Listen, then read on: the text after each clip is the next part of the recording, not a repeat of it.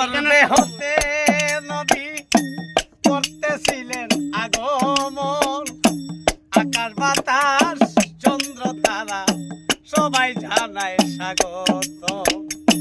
মাতৃগর্ভে হতে নবী করতেছিলেন আগমন, আকাশ বাতাস চন্দ্র